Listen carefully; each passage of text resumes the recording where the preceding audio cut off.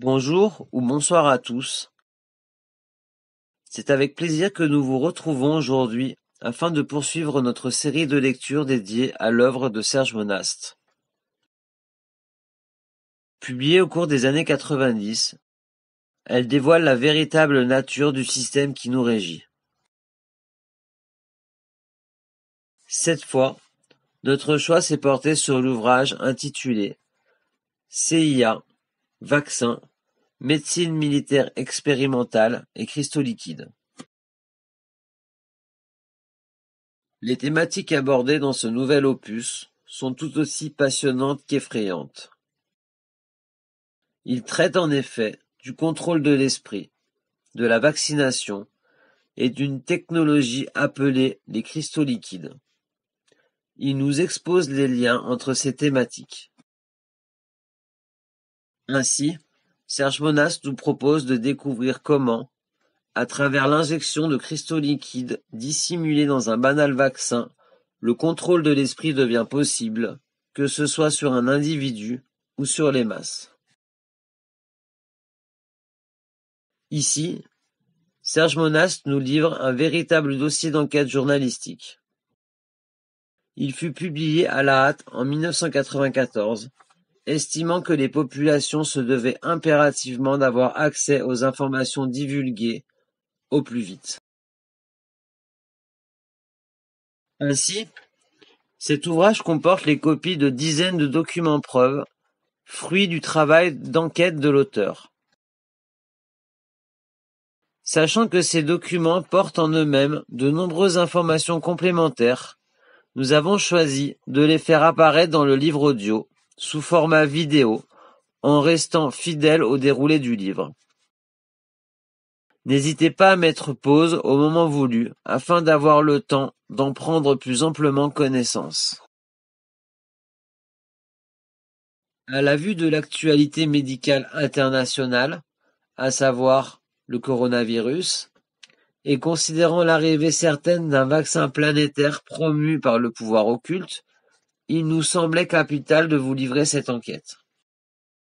Nous espérons qu'elle alimentera vos réflexions à ce sujet et qu'elle vous permettra de vous prémunir contre ce qui pourrait arriver.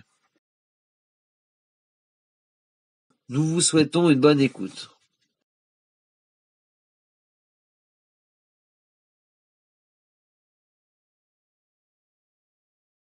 CIA, vaccins, médecine militaire expérimentale et cristaux liquides,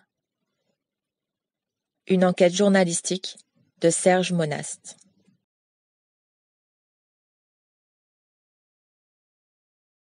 Note d'introduction.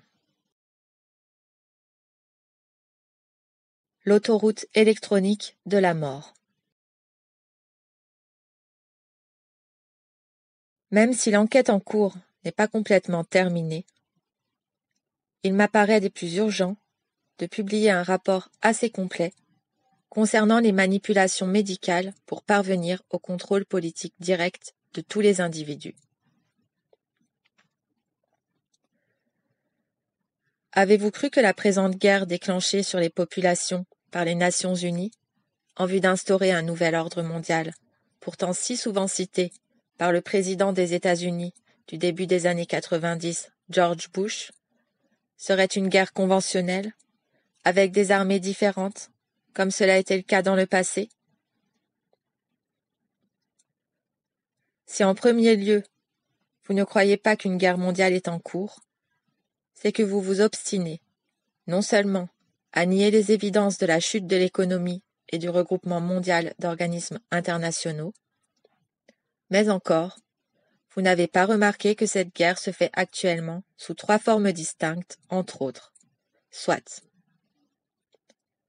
guerre économique, guerre électronique et guerre médicale.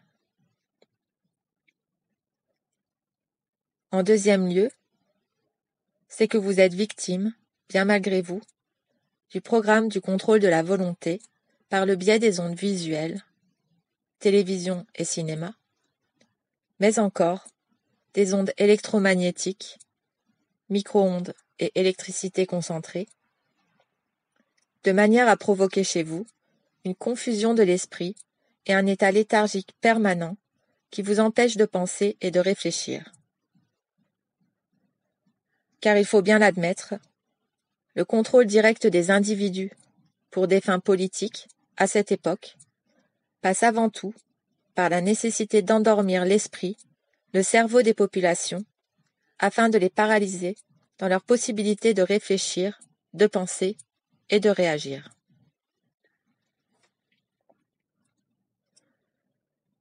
Par exemple, chaque fois que vous vous retrouvez devant une évidence, en face de preuves indubitables, devant des faits clairs et précis, que vous savez intérieurement vrais, mais que vous les rejetiez, soit par peur, soit par indifférence, mais sans y réfléchir en tout premier lieu, c'est que vous êtes victime de ce contrôle de la pensée qui veut que vous n'acceptiez comme vrai et réel que ce qui est officiel, que ce qui provient de personnalités reconnues, provenant de la télévision, du monde politique et du monde scientifique. Pourtant, vous êtes-vous déjà demandé pour qui et pour quels intérêts travaillent tous ces gens que vous avez appris à considérer comme étant des dieux?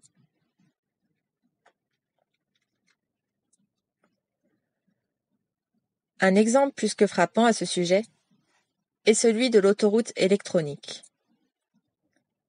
Aucun journaliste n'a fait d'enquête sérieuse à ce propos. On vous promet une série d'avantages tout aussi invraisemblables que séduisants. On est prêt à vous l'installer gratuitement chez vous. Les compagnies qui en sont à la source vont y investir au moins 8 milliards de dollars.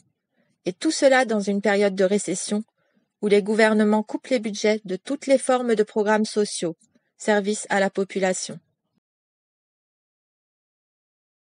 Depuis quand est-ce que ces compagnies donnent gratuitement des biens et des services? Comment se fait-il que ces milliards ne soient pas mis dans des programmes sociaux utiles et indispensables à la population? Comment se fait-il qu'aucun homme politique ne se soit élevé à ce sujet? Et pourtant, de plus en plus de personnes se retrouvent fichées par l'aide sociale. La classe moyenne est en train de disparaître. Les allocations familiales ont été transformées. L'assurance chômage sera réorganisée. Des dizaines d'organismes populaires disparaissent, pendant que les hommes syndicaux, supposés défendre les intérêts des travailleurs et de la société, gardent un silence inquiétant.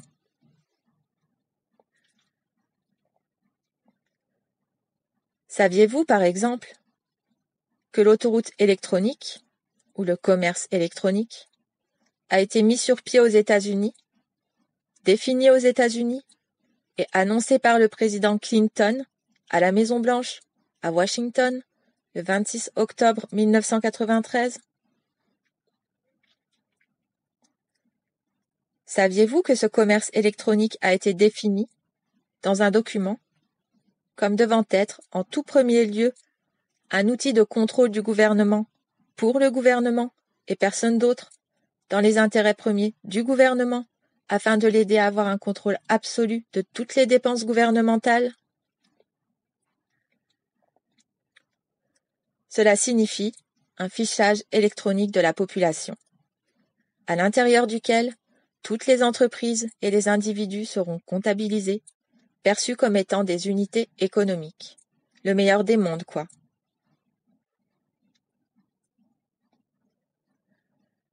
Saviez-vous que la date limite pour l'application de ce système, aux États-Unis, est le mois de janvier 1997?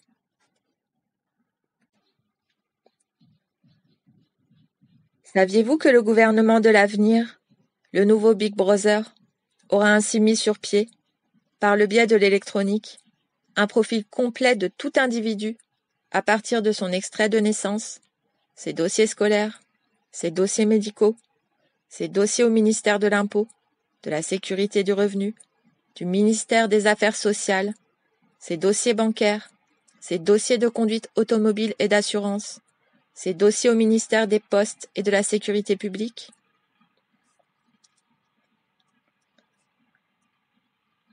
Saviez-vous que le super dossier, constitué sur chaque individu, sera ainsi rendu disponible, par voie électronique d'ordinateur à toute agence internationale dans n'importe quel pays faisant partie de ce super système?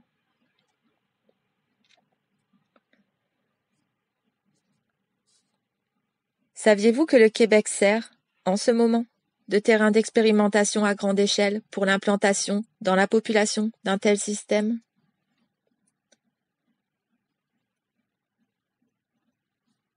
Savez-vous pourquoi le Saguenay-Lac-Saint-Jean, plus précisément Chicoutimi au Québec, a été choisi comme première région d'implantation de ce système, et non la Côte-Nord, le bas du fleuve, l'Estrie et la Beauce, le Nord-Ouest ou encore la région de Hull? C'est pourtant là le lieu de la plus grande concentration de nationalistes au Québec.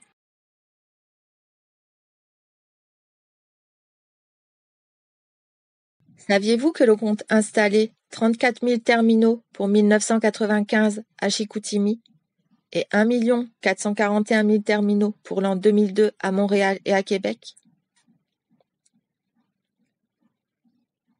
Saviez-vous qu'à partir du moment où ce programme sera en place, le gouvernement saura absolument tout sur vous, au point que la liberté individuelle et la vie privée auront totalement disparu?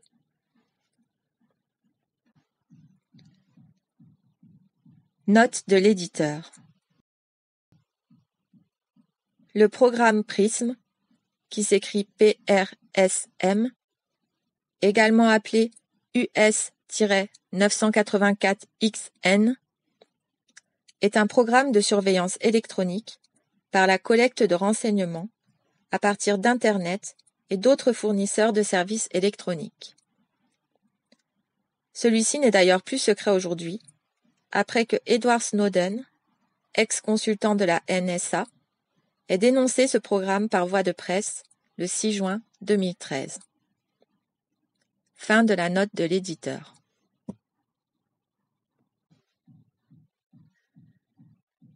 Saviez-vous de plus que l'implantation de ce système permet la disparition complète de tout argent liquide, puisque celui-ci sera devenu, à toute fin pratique, complètement inutile dans les échanges commerciaux de demain? Si vous ne saviez pas ces choses, et beaucoup d'autres, c'est que vous n'êtes pas informé et êtes victime de manipulations politiques. Le présent dossier est un dossier qui vous fera mieux comprendre combien vous n'êtes pas informé, surtout au sujet des manipulations médicales.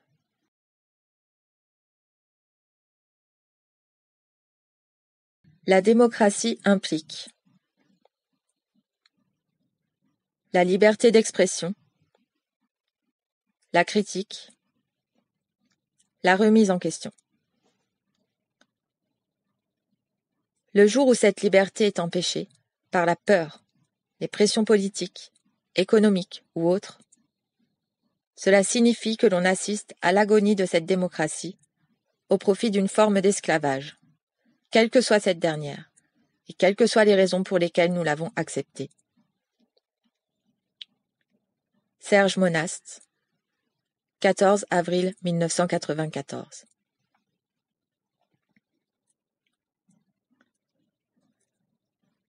Serge Monast est membre de l'Association canadienne des journalistes et du Comité canadien pour la défense et les droits des journalistes. Il est également correspondant de presse pour les États-Unis, au Canada, pour le compte du Contact Newspaper, situé à Las Vegas, Nevada. Correspondant de presse pour l'Australie au Canada, pour le compte The Strategic Monthly Newspaper, situé à Bendigo, Vic. Directeur de l'Agence internationale de la presse libre, et il est publié avec entente de presse avec Chronique internationale en France.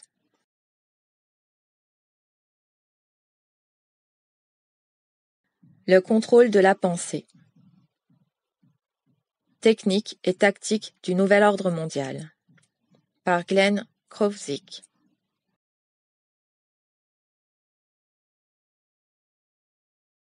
La route longue et tortueuse. Des tests ont été conduits sur des citoyens non volontaires et peu informés, des détenus et des militaires, utilisant des drogues psychoactives, de l'hypnose, des privations sensorielles, des thérapies électroconvulsives, des traitements aux électrochocs, ECT, de la psychochirurgie, de la thérapie de sommeil profond, des agents biologiques, armes chimiques, des substances de harassement, des commotions cérébrales, du stress, des stimulations électroniques du cerveau, ESB, des implants cérébraux électroniques, des fréquences d'énergie radio-électromagnétique et plusieurs techniques. Elles furent appliquées sur des sujets dans toutes les combinaisons qui pouvaient se montrer prometteuses pour l'influence ou le contrôle des comportements humains. Aucune alternative ne fut négligée. On ne peut trop le dire. Les résultats des expérimentations sur le contrôle de la pensée, qui ont été conduites par bon nombre de nations soi-disant civilisées, ont mené à une nouvelle espèce d'armes. Et ces armes sont utilisées aujourd'hui. Ce sont les armes du nouvel ordre mondial. Et elles sont spécifiquement conçues pour priver les individus, et même des pays entiers, de leur capacité de liberté de penser.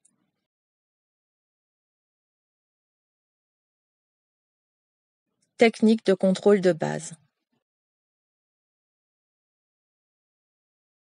Le cerveau humain a souvent été comparé à un ordinateur.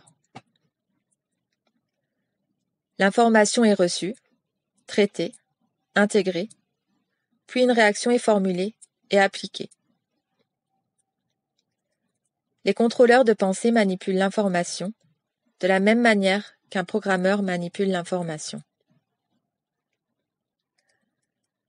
Premièrement, on contrôle la source, la qualité et la quantité d'information qui est reçue par le processeur, dans notre cas le cerveau. Puis on contrôle la manière dont l'information est traitée, dans ce cas, par la manipulation des états de la conscience humaine. L'induction d'états de haute suggestibilité est la forme la plus banale de manipulation. La télévision est un outil efficace dans ce genre de manipulation, car elle rejoint une grande quantité de gens simultanément. La CIA est en ce moment même à installer son propre canal de télé qui aura la capacité de transmettre à partir de transmetteurs aériens avec suffisamment de puissance pour interrompre la programmation normale de n'importe quel pays et qui sera sans doute utilisée dans la guerre psychologique. Puis, on contrôle la réaction du sujet au programme et on renforce le message nécessaire pour obtenir le résultat désiré. Ceci prend la forme de feedback positif ou négatif. Dans un tout autre langage, ceci serait connu sous le terme conditionnement. Les armes de contrôle de la pensée de demain sont ici, aujourd'hui. Il existe des engins destinés à introduire des pensées dans l'esprit humain. Des engins destinés à manipuler directement l'état de conscience, la capacité de traitement du cerveau.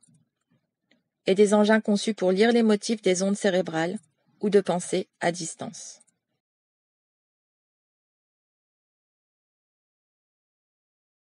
Les secrets de la vie.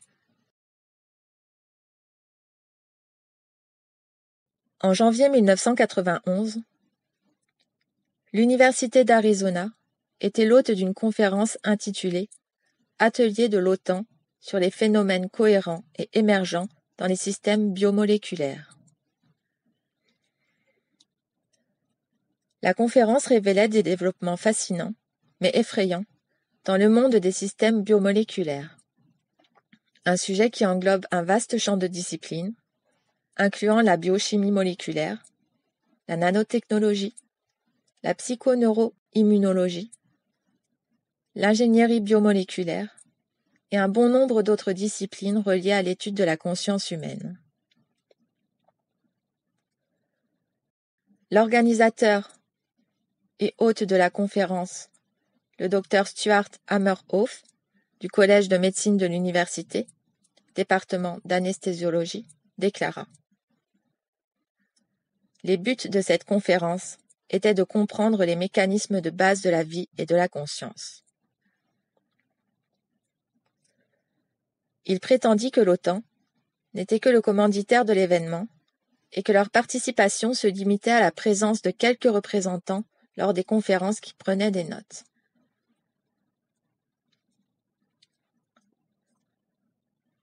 Hammerhoff croit que le siège de la conscience pourrait se situer dans des polymères cytosquelétaux ressemblant à des ordinateurs à l'intérieur des cellules. Ou plus clairement dit, la conscience d'un individu pourrait se trouver dans des structures microscopiques à l'intérieur de chaque cellule individuelle du cerveau. Ces structures communiquent apparemment à travers des excitations cohérentes de l'ordre des nanosecondes, c'est-à-dire une sorte de couplage d'énergie à des longueurs d'onde ultra courtes. Hammerhoff poursuit. Une idée exprimée qui a rapport à la vie après 2000 est que les protéines cytosquelettiques du cerveau pourraient être préparées dans un environnement artificiel qui pourrait être capable de contenir des fonctions cognitives.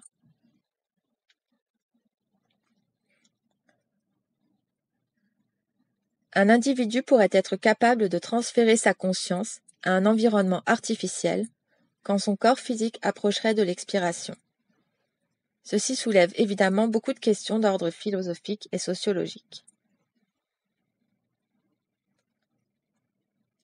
Si nous pouvons même commencer à concevoir une technique pour enlever et ranger la conscience humaine dans un environnement artificiel, et possiblement la transférer dans un autre corps, capable de garder ses fonctions cognitives, alors personne ne devrait être surpris que le contrôle de la pensée soit possible.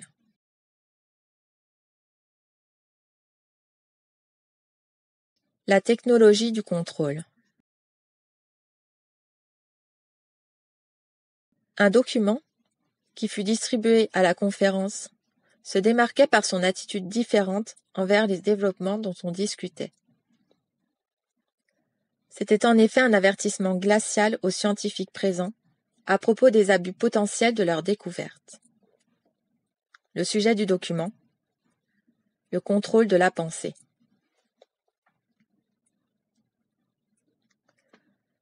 Distribué par le chercheur indépendant Harlan E. Girard, le document était intitulé « Effet des radiations gigahertziennes sur le cerveau humain, développement récent dans la technologie du contrôle politique ».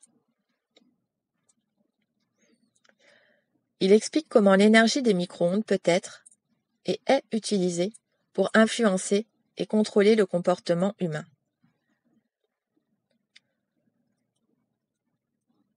Dans une lettre concernant la présentation de Girard, Stuart Hammerhoff déclare que ces prétendues techniques utilisaient des vibrations de nanosecondes, ou plus rapides, gigahertziennes, micro-ondes, etc., et donc étaient en rapport avec le thème de la conférence, c'est-à-dire la conscience reliée aux excitations cohérentes de nanosecondes dans le cytosquelette. Le document en soi, par contre, est beaucoup moins intéressant que terrifiant du point de vue scientifique. C'est un rapport fidèle sur les capacités opérationnelles d'agences qui pourraient employer de telles technologies. Girard débute la présentation en expliquant, je cite,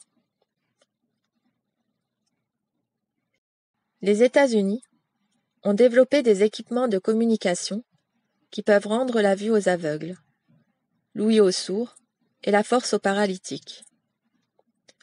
Ça peut débarrasser les malades en phase terminale de toute douleur, sans l'usage d'aucune drogue. Un homme peut garder l'usage de toutes ses capacités jusqu'au jour de sa mort. Ces équipements de communication se basent sur une nouvelle manière de concevoir le cerveau humain et le système neuromusculaire, et des radiations gigahertziennes pulsées à des fréquences ultra basses. Certains de ces équipements sont maintenant opérationnels dans les rangs de la CIA et le FBI.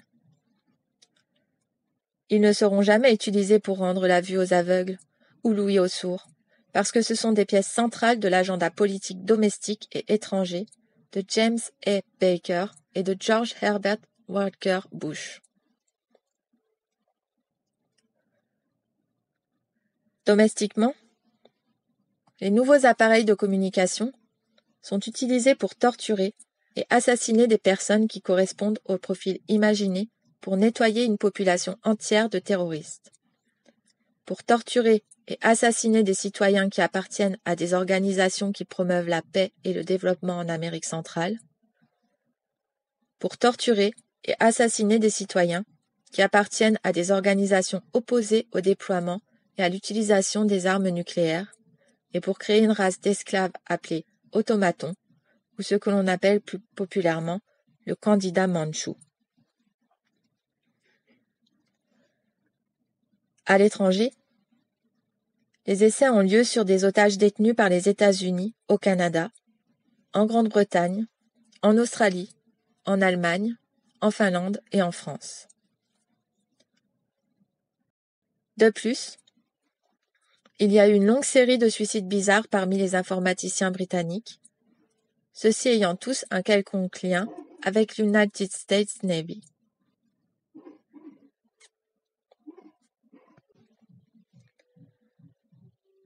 Considérant la manière imprudente, désespérée et indiscriminée avec laquelle les nouvelles armes américaines ont été utilisées, les médecins s'occupant des morts et des mourants devraient prendre en compte les opinions et associations politiques connues de leurs patients avant de procéder à un diagnostic ou à conduire une autopsie.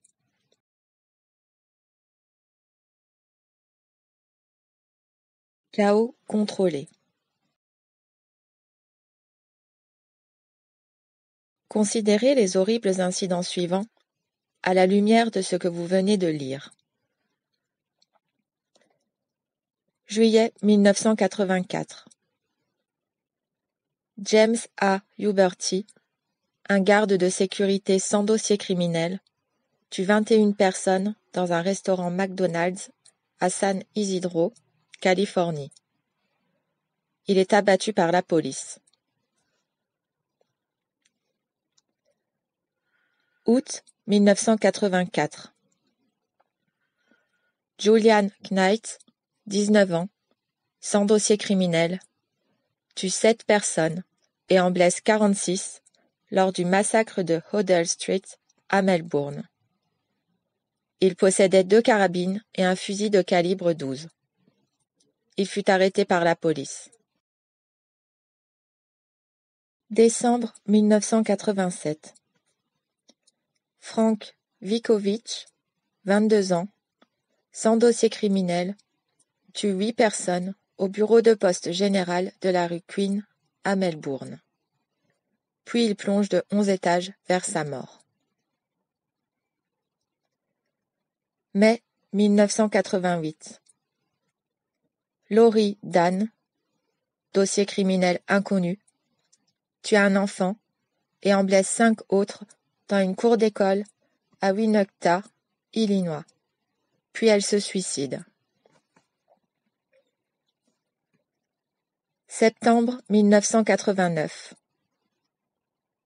Joseph Westbaker, dossier criminel inconnu, tue 8 ex-collègues de travail et en blesse 12 dans le Standard Gravure Building à Louisville, Kentucky.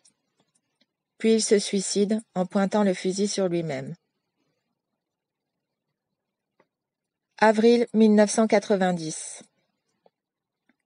Rodney J. Dale, taulier de dossier, 27 ans, sans dossier criminel, tue une personne et en blesse 7, tirant un total de 40 balles sur la Gold Coast, Queensland.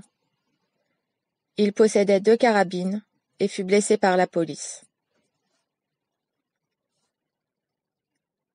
Août 1991. Wade Frankum, 33 ans, sans emploi, sans dossier criminel, tue 7 personnes à Stratfield Plaza, Sydney, avec un fusil semi-automatique SKK. Puis il se suicide en se tirant une balle dans la tête. Ses derniers mots furent « Je suis désolé ». Septembre 1991. George Hennard, 35 ans, sans dossier criminel, fonce avec sa camionnette dans la cafétéria Lubis à Kailin, au Texas. Puis il tue 23 personnes et en blesse 20 dans une fusillade de 10 minutes avec un pistolet semi-automatique Glock 9 mm. Puis il se suicide. Novembre 1991. Santiago Lopez, 42 ans, mexicain, sans dossier criminel, est arrêté à l'édifice des Nations Unies à New York. Il avait en sa possession 100 balles. Son intention était de tuer. Novembre 1991.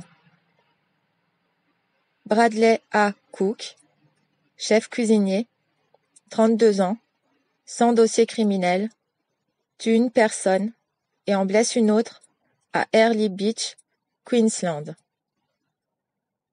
Armé d'un fusil d'assaut SKS, il se suicide ensuite par balle. Novembre 1991.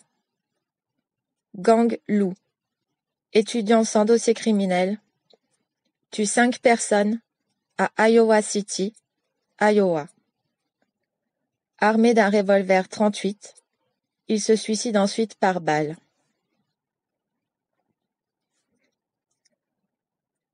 Novembre 1991. Thomas McEvan, 31 ans. Employé des postes sans dossier criminel, il tue 7 personnes et en blesse 7 autres à Royal Oak, USA. Il essaie de se suicider, mais il est arrêté. Il y a eu nombre d'incidents similaires dans les années récentes, incluant au moins 2 massacres à plusieurs victimes en Nouvelle-Zélande et un récent massacre en Afrique du Sud. L'incident était apparemment sans aucune relation aux tensions raciales qui empoisonnent ce pays. Alors, ces individus sont-ils réellement des fous isolés, comme les autorités et les médias voudraient nous faire croire? Sinon, auraient-ils pu être sous l'influence d'une quelconque contrôle de la pensée?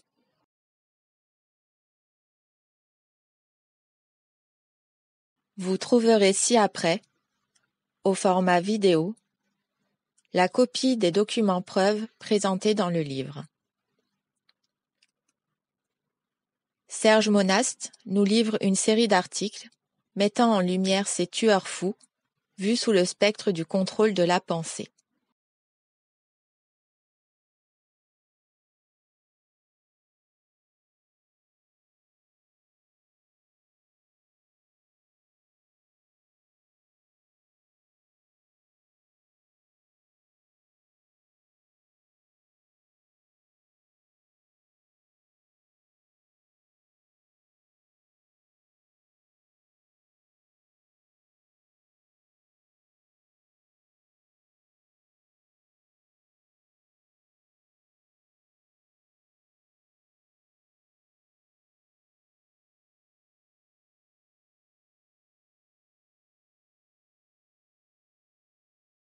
La psychologie de la terreur. Est-ce qu'un gouvernement, une corporation ou un psychiatre promouvrait intentionnellement une telle horreur aujourd'hui? La réponse est très évidemment oui.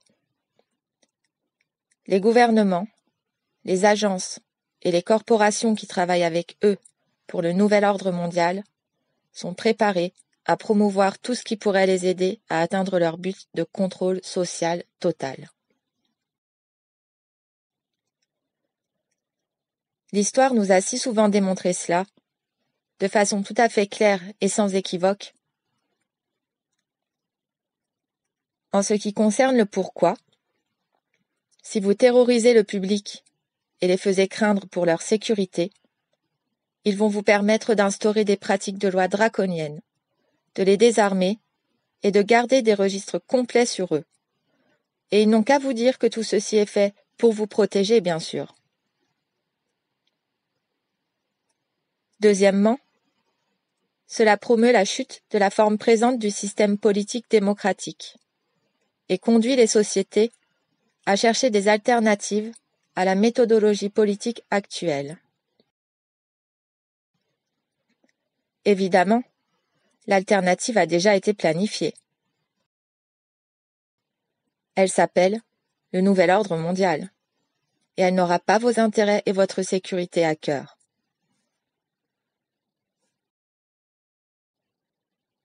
La peur a toujours été utilisée par les élites du pouvoir pour contrôler et subjuguer les masses.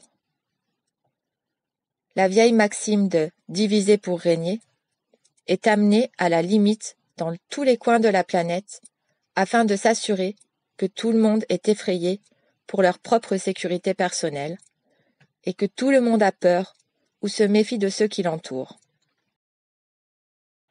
Cela aussi, c'est du contrôle de la pensée.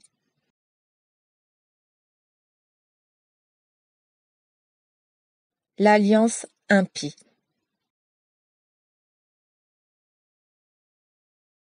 Un des facteurs les plus communs chez les gens qui ont commis ce genre de crime, c'est qu'ils étaient traités avec des tranquillisants ou des antidépresseurs durant la période précédant immédiatement le crime. John Hinckley Jr., qui tenta d'assassiner le président Reagan en 1981, avait ingéré plusieurs capsules de Valium 2 heures avant la tentative d'assassinat. Un agent anti-anxiété appelé Ativan avait été prescrit à Frank Vitrovic, mentionné plus haut. D'après le MIMS Drug Compendium, un des effets secondaires de l'Ativan est la rage. Est-ce là du contrôle planifié de la pensée actif? Est-ce tiré par les cheveux? Ou est-ce que ça peut possiblement ressembler à plus qu'une coïncidence que George Bush, après avoir quitté le poste de directeur de la CIA en 1977, fut nommé directeur de la compagnie pharmaceutique Eli Lilly par le père et par la famille de l'actuel vice-président Dan Quayle, qui contrôlait les intérêts de la compagnie?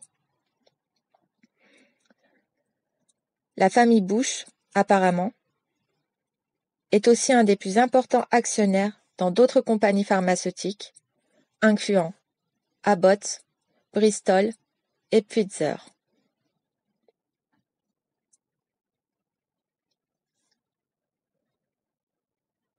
Il est inquiétant de constater la fréquence avec laquelle les auteurs de ces crimes étaient sous l'influence de tranquillisants ou d'antidépresseurs tels que le Valium, Librium, Xanax, Alcyon ou Prozac, avant de commettre ces dits crimes. D'autres drogues supposément antipsychotiques, comme l'allopéridol, ont démontré des liens puissants avec les manifestations de violence. Des poursuites ont été engagées contre les principales compagnies pharmaceutiques dans un bon nombre de pays pour cette raison. Et il y a une énorme quantité de données qui tendent à prouver que ces drogues causent des comportements violents et ne sont pas un traitement efficace contre ces violences.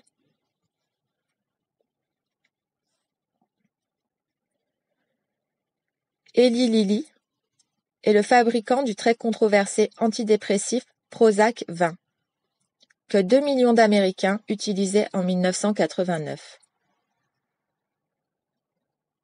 La documentation sur le Prozac déclare que cette drogue peut provoquer de l'hostilité, de la psychose, des hallucinations et de l'acathisie, un effet secondaire bizarre qui provoque des comportements extrêmement violents chez les patients.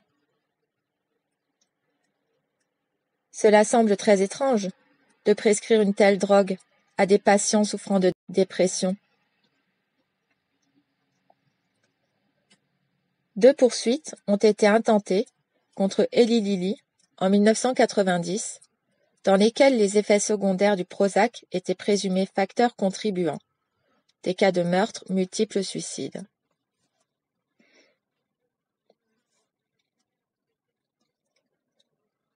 L'auteur de l'Encyclopédie du meurtre moderne, publiée en 1983, observait que les crimes violents et sans raison n'étaient devenus un problème majeur que depuis les 3 dernières décennies. Dans l'introduction de son livre, il écrit, je cite, « Nous considérons des crimes comme sans motif s'ils ne semblent rapporter rien à personne. Avant 1960, de tels crimes étaient rares, et ceux qui ont lieu appartiennent à la fin de la décennie. » Fin de la citation. Serait-il peu raisonnable de suggérer que les produits pharmaceutiques modernes et les pratiques psychiatriques inefficaces puissent avoir un quelconque rapport dans cette montée de crimes gratuits? Plusieurs chercheurs croient qu'un grand nombre d'individus dans le domaine de la santé mentale provoquent de tels incidents et qui travaillent de concert avec les compagnies pharmaceutiques et les gouvernements pour aider à instaurer le nouvel ordre mondial dans lequel les sociétés sont contrôlées avec de telles drogues, ou serait-ce des armes chimiques?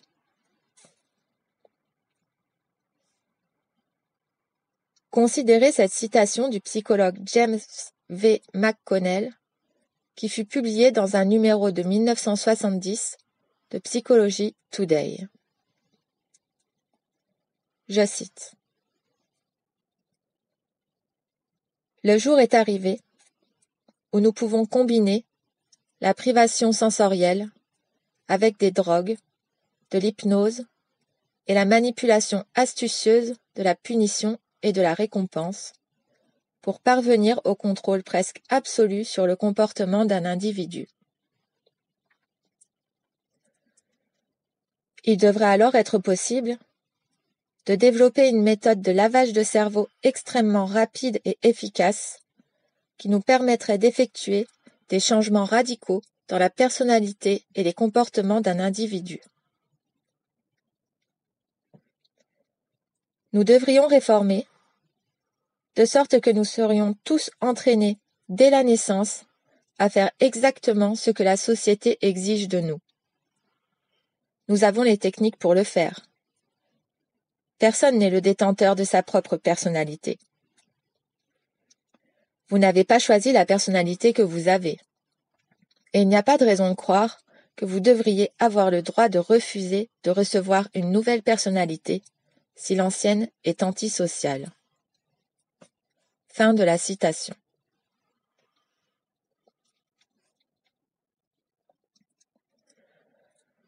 Il est important de noter, à ce stade, que le docteur Ewen Cameron, qui conduisit des recherches sur le contrôle de la pensée très approfondies lors du programme MK-Ultra pour la CIA au Allen Memorial Institute de l'Université McGill à Montréal, Canada, fut à des moments variés président de l'Association psychiatrique américaine, président de l'Association psychiatrique canadienne et président de l'Association mondiale des psychiatres.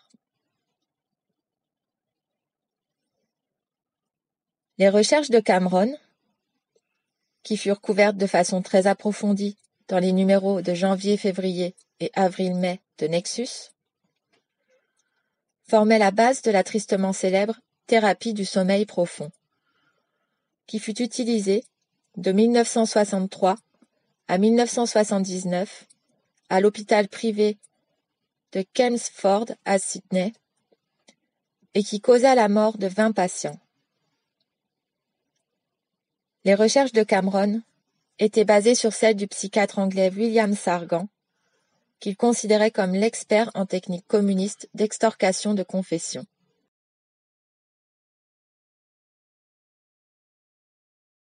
Le diable des diables. La manipulation, à travers la psychiatrie, a depuis longtemps joué un rôle majeur dans les plans de domination mondiale à travers le contrôle de la pensée du nouvel ordre mondial. Arlan Girard prétend que c'est le docteur Louis Jolyon Jolly West, président du département de psychologie de la UCLA et directeur de son institut neurophysiologique, qui est le coordinateur du programme secret du gouvernement américain de contrôle de la pensée. Girard n'est pas la seule, et sûrement pas la première personne à affirmer ceci.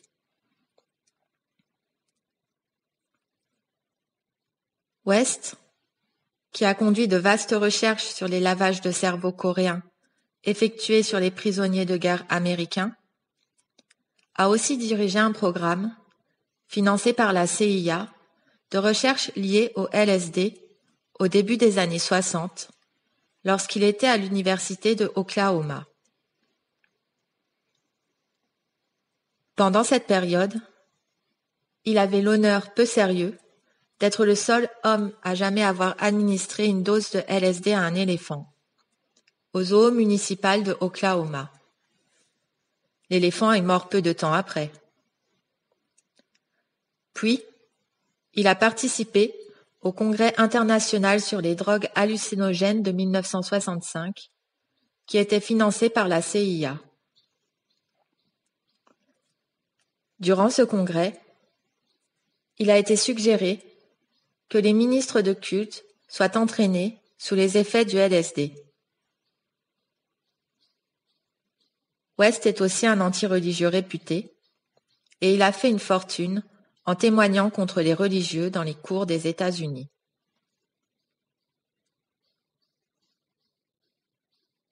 Sa plus grande période d'infamie politique commence le 11 janvier 1973, lorsque le gouverneur de la Californie de l'époque, Ronald Reagan, annonce lors de son discours annuel de l'État de l'État la formation d'un centre multidisciplinaire pour l'étude et la réduction de la violence. Je cite. « Ce centre explorera tout type de violence, ce qui les cause, la façon de les détecter, de les éviter, de les contrôler et de les traiter. » Fin de la citation. Le directeur du centre n'était nul autre que le docteur Louis Jolyon West. Les intentions de ce centre étaient délibérément vagues et jalousement gardées, du public au moins. Des documents photocopiés ont finalement pu être obtenus qui indiquaient les programmes proposés par le centre, qui incluaient des études génétiques, biochimiques, neurophysiologiques d'individus violents, dont des prisonniers et des enfants hyperkinétiques, des expériences sur la pharmacologie des drogues qui provoquent et atténuent la violence, des études sur les comportements de danger de mort durant le cycle menstruel, des études sur les aspects hormonaux de la passivité et de l'agressivité chez les enfants mâles, des études sur les différents niveaux d'agressivité des différentes ethnies, et plus important, le développement de tests permettant la détection de la violence prédisposant aux désordres cérébraux avant un acte violent. L'application de ces plans devait inclure un test de détection à grande échelle pour détecter la violence prédisposant aux désordres cérébraux. West avait aussi très hâte d'essayer la machine Schwitzgebel, avec laquelle l'on implante de petites électrodes dans le cerveau, les connectant ensuite à des transmetteurs radio, permettant ainsi un contrôle par télécommande. Des détecteurs de missiles modifiés devaient être utilisés pour toujours savoir où se trouve le sujet. Le gouverneur Reagan a rapidement tenté d'exécuter les plans de West, mais il a rencontré une forte résistance sur plusieurs fronts. La pression pour interdire ce programme s'est accentuée lorsque le président du sous-comité sur les droits constitutionnels, le sénateur Frank Ervin, a commissionné une étude sur l'implication du gouvernement dans nombre de nouvelles techniques de contrôle de la pensée. Lorsque Ervin réussit à obtenir une lettre de West au directeur de la santé de l'État de la Californie, datée le 22 janvier 1973, sur laquelle il propose que les militaires lui remettent une base de missiles nucléaires Nike située sur les collines de Santa Monica, dans le but d'y effectuer des recherches, il réveilla beaucoup de soupçons. Les instigateurs du Centre de recherche sur la violence ne purent pas fournir d'explications valables au sujet de l'utilisation de la dite base aux membres du Sénat californien. Mais en plus, West n'avait jamais clairement défini ce qu'il entendait par comportement indésirable, ou le pourquoi de la nécessité de travailler à l'intérieur d'un silo de missiles protégé et clôturé. Son projet au complet fut attaqué, puis finalement abandonné. Ou ne serait-il pas devenu seulement clandestin?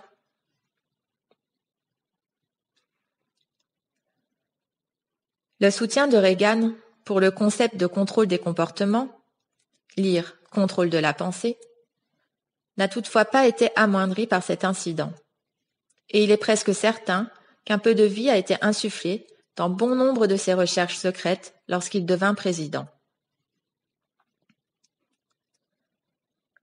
Il n'y a que trop de raisons de soupçonner le docteur Louis Joyland West d'être le chef de file dans la recherche sur le contrôle de la pensée.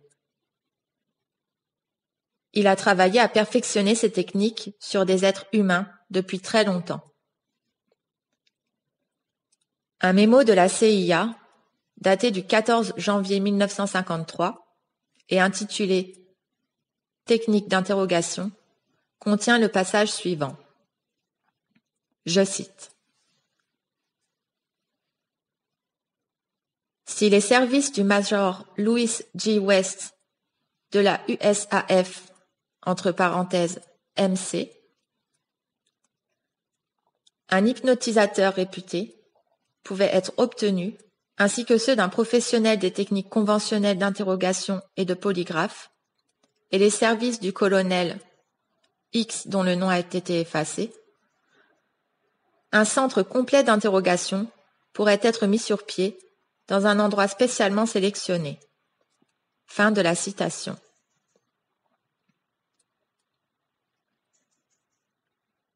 La CIA proposait que, je cite, « Ce laboratoire contiendra une salle spéciale dans laquelle tous les aspects significatifs de l'environnement peuvent être contrôlés. Cette salle contiendra, entre autres, une large variété de polygraphes pour des renseignements simultanés d'un grand nombre de réactions physiologiques de l'individu étudié. Dans cet endroit, un grand nombre de variables hypnotiques, pharmacologiques et d'environnement sensoriel seront manipulées de façon calculée et des enregistrements seront faits des réactions du sujet. » Fin de la citation.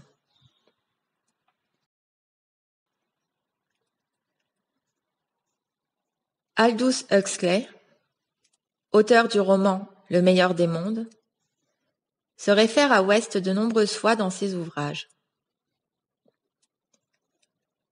En 1953, il a écrit que West effectuait des recherches sur l'hypnotisme et sur la mescaline.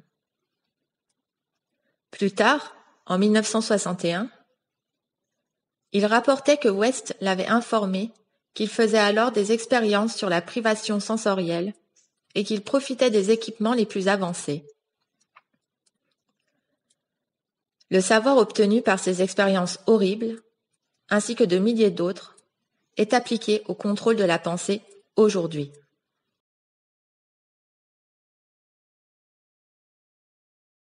Contrôle de la pensée volant non identifié. Il est important de noter qu'un des protégés de Louis Jolyon West, Barry Taff, a coécrit un article pour le magazine UFO dans lequel il propose que ce sont les extraterrestres qui sont responsables de ces activités.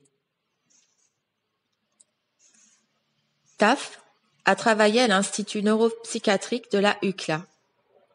Et selon le chercheur originaire de Los Angeles, Martin Cannon, il a été en étroit contact avec un grand nombre d'agences gouvernementales, dont l'Institut national de la santé mentale, la Corporation RAND, la Commission sur l'énergie atomique et la CIA. L'article s'intitulait « Les phénomènes paranormaux et les ovnis » et il a paru dans UFO, volume 2, numéro 4. Cannon a élaboré une longue liste de parallèles entre des supposés phénomènes d'abduction par des extraterrestres et sur les documents sur les expériences de contrôle de la pensée, dans une recherche extrêmement bien renseignée, avec des références impeccables de 60 pages, intitulée « Les contrôleurs, une nouvelle hypothèse sur les abductions par des E.T. ». Une version condensée de cette recherche fut publiée dans le numéro d'octobre de la revue MUFON UFO Journal. Ce qui m'a laissé douter de toutes les bases du phénomène des ovnis. Se pourrait-il que ce soit là le plus grand projet de contrôle de la pensée jamais élaboré? Je vous propose d'examiner clairement les preuves avant de les discréditer.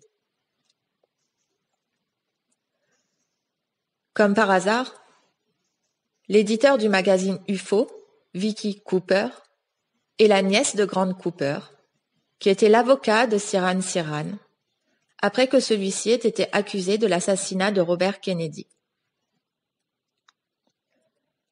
Le film de Theodore Sharash, The Second Gun, contient une entrevue avec la mère de Sirhan, dans laquelle elle maudit l'avocat de son fils.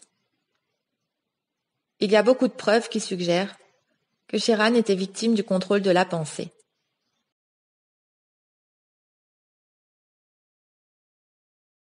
Ai-je fait cela?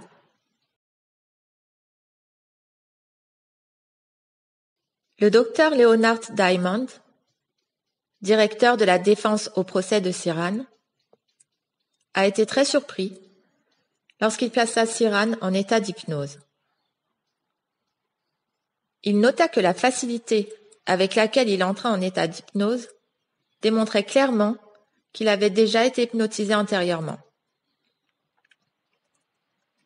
Diamond questionna Sirhan pendant son état hypnotique et lui demanda d'écrire les réponses à ses questions. Puis il nota, je cite, « Sirhan écrivait comme un robot, et il répétait un mot ou une phrase jusqu'à ce que je l'arrête. » Fin de la citation.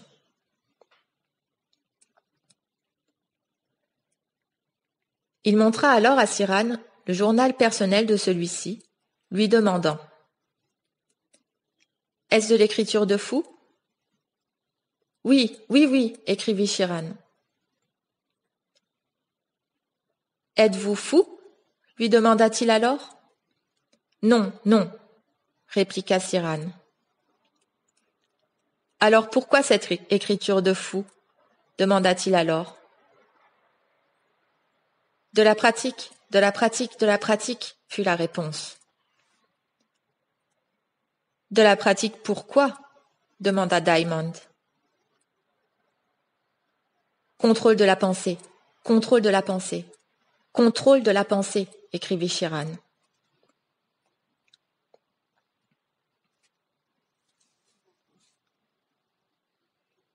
Sept ans après l'assassinat de Kennedy, un officier des services secrets américains fit passer un test de stress psychologique à Cyrano. On l'a depuis entendu dire à maintes reprises, tout dans ce test démontre que quelqu'un d'autre était involucré dans l'assassinat et que Cyrano avait été programmé à travers l'hypnose à tuer RFK.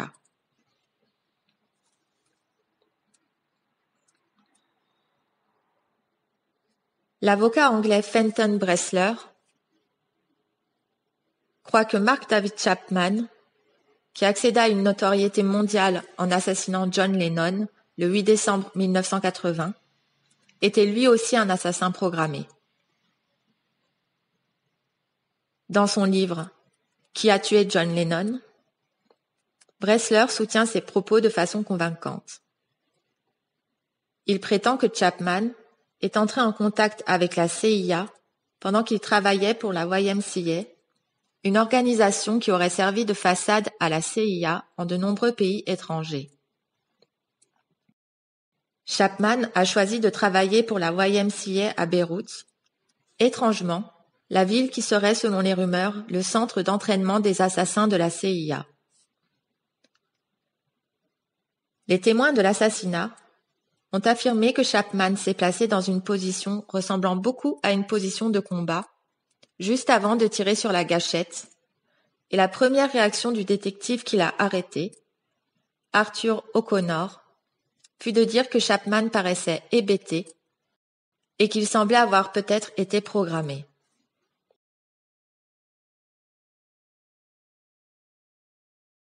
Vous trouverez ci-après, au format vidéo, une liste des drogues testées par la CIA au cours des projets secrets Bluebird, Artichoke, MK-Ultra et MK-Delta, qui sont tous des projets de recherche secrets sur le contrôle de la pensée.